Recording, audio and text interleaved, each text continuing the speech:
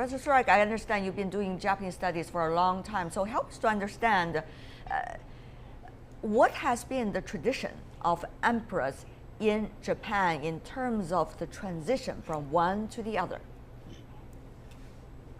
Well, historically, abdication has been actually the norm rather than the exception.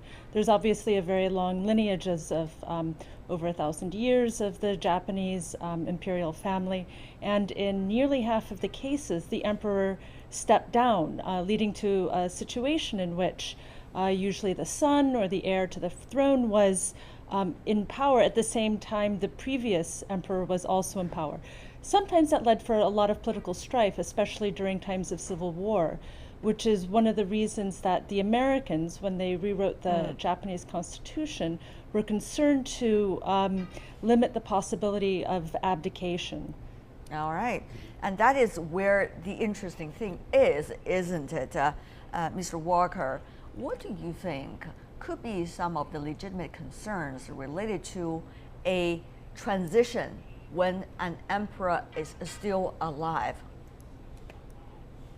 Well, in many ways, this is unprecedented. As a previous guest mentioned, this is normal in Japanese history, but not in post-World War II Japanese history. And I think one of the things weighing on Emperor Akihito is the way his father passed away, and there was a long period of dragged-out sickness and illness that really took the entire nation of Japan into a dark period. And so I think in many ways, Akihito is trying to get out ahead of this. And I think the question is, because the Constitution is the way it is, any change to a Japanese Constitution comes with an enormous set of concerns of its neighbors, and also questions about the larger legality of what Prime Minister Abe is trying to do. So I think that's where the concern comes in. I think everybody can expect that an 82-year-old man should have a chance to retire. The question is, what's the precedent being set, and how does the symbol of a nation have a connection with the current political process in Japan? Exactly. We've heard the concerns coming from outside, but what about from the Japanese society? We have on the phone briefly with us Mr. Yoichi Shimatsu, who is the former editor of Japan Times. Mr. Shimatsu, briefly, if you can, help us to understand how the Japanese society is reacting to the message coming from the current emperor. Well, I think the majority opinion is very good of the current living emperor, and will regret to see him resign. But of course, they understand his health problems. He's been to many emergencies and risked his life on many occasions, including the Fukushima area after 2011. So there's obviously sympathy with them. I think there's also, however, a hidden agenda among our more pro-militarist forces around Prime Minister Shinzo Abe, who would love to see him go and replace him with someone who would be much more of a powerful, militant executive authority to basically undo the Constitution, as Prime Minister Abe is currently planning to do. He's trying to change the Constitution. A strong emperor is key to his program. So he very tentative situation right now. All right, Mr. Shimatsu, also your analysis about the son of Emperor Akihito. What do you make, Akihito? What do you make of his current social status inside the Japanese society and his capability politically, when we talk about if there is ever a balance between the royal family and also the current administration?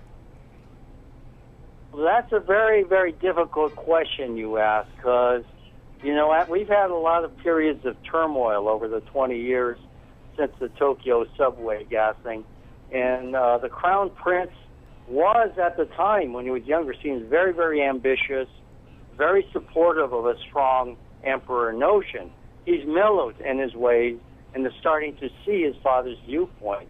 So that could well be part of the current Emperor Akihito's decision. He would like to basically help shepherd his son into a responsible position in line with the post-war Constitution, rather than going back to the earlier Meiji-era Constitution. Right. So I think he would want to rein him in while he's still alive.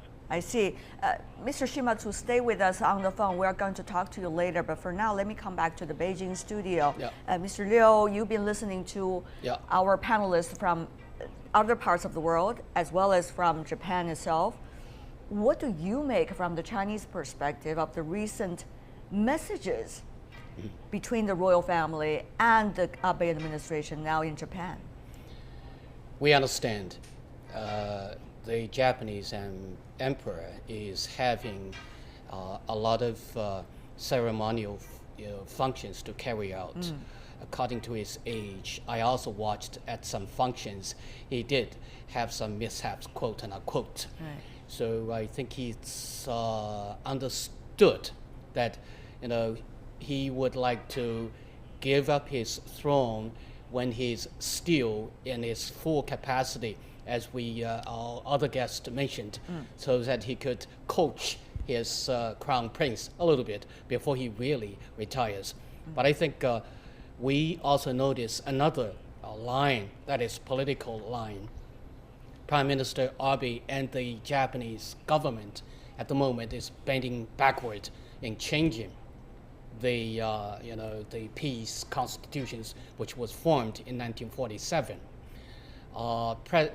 Emperor was not supportive of that. I think eventually, according to what I understand, eventually when the constitution is modified, it has to be signed by the emperor. So the government would have to get the endorsement from the emperor. According to the Japanese politics, the current emperor does not want to be part of the process. Very interesting what you have just Yes. said, particularly the latter part. So, Professor Surak, of course, we could take the emperor with his words, believing that it's all about health issues. But on the other hand, as Mr. Liu and some of the other analysts suspect, it probably also has something to do with the political different views between this emperor and Emperor Akihito and the current Abe administration. So how should we understand these two possibilities, and probably a mixture of these two possibilities?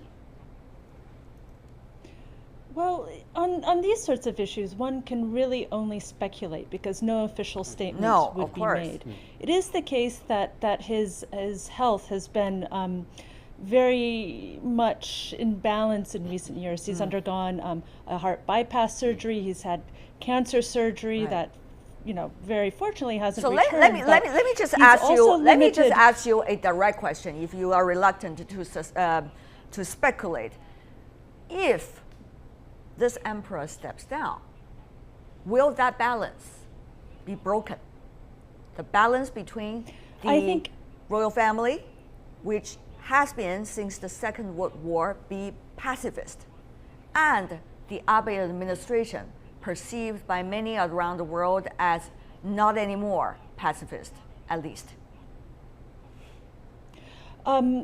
The imperial family in Japan at the moment very much recognizes that it's only a symbol of state.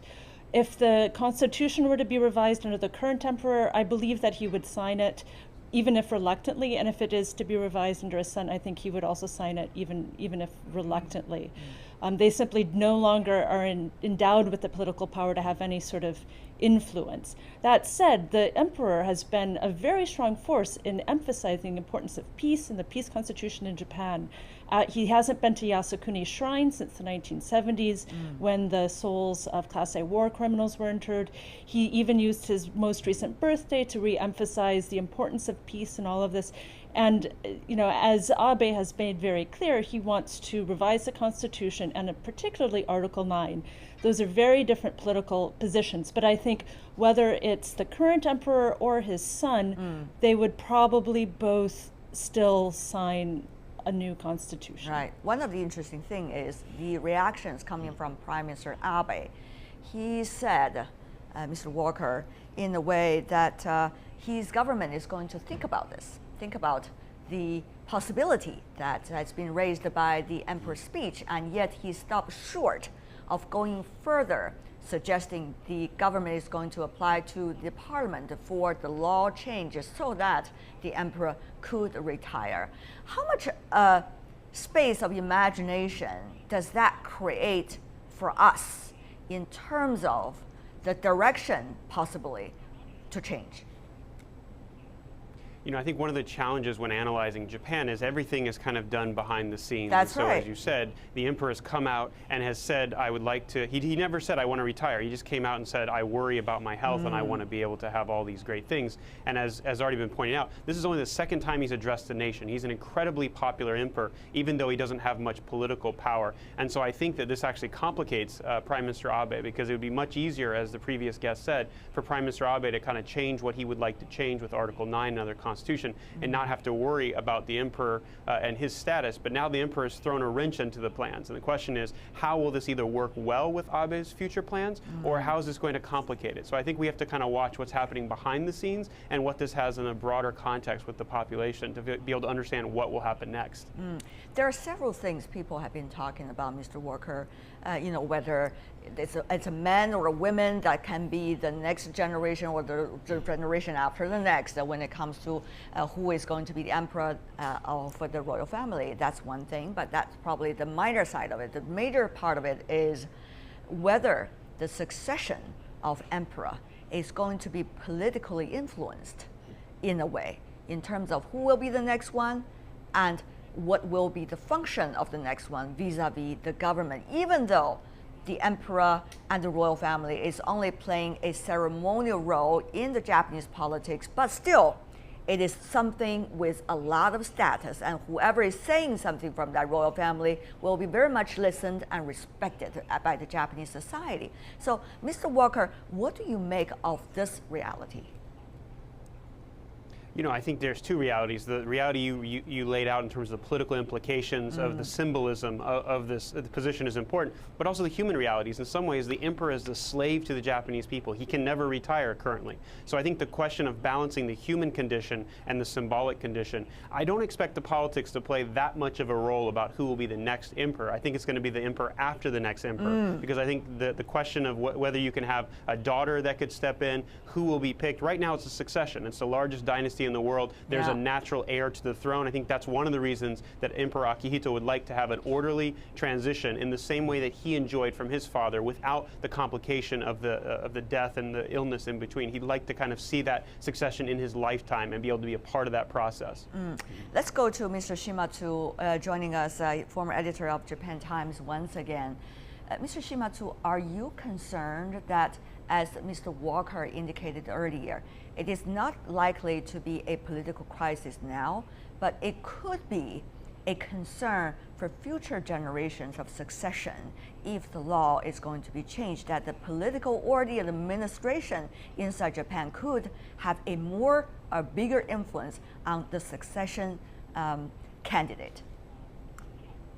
Well, from my understanding of what the emperor's tone and what he said, and you know, and also years of working in Tokyo as a journalist, we had reporters with the Imperial Household Agency.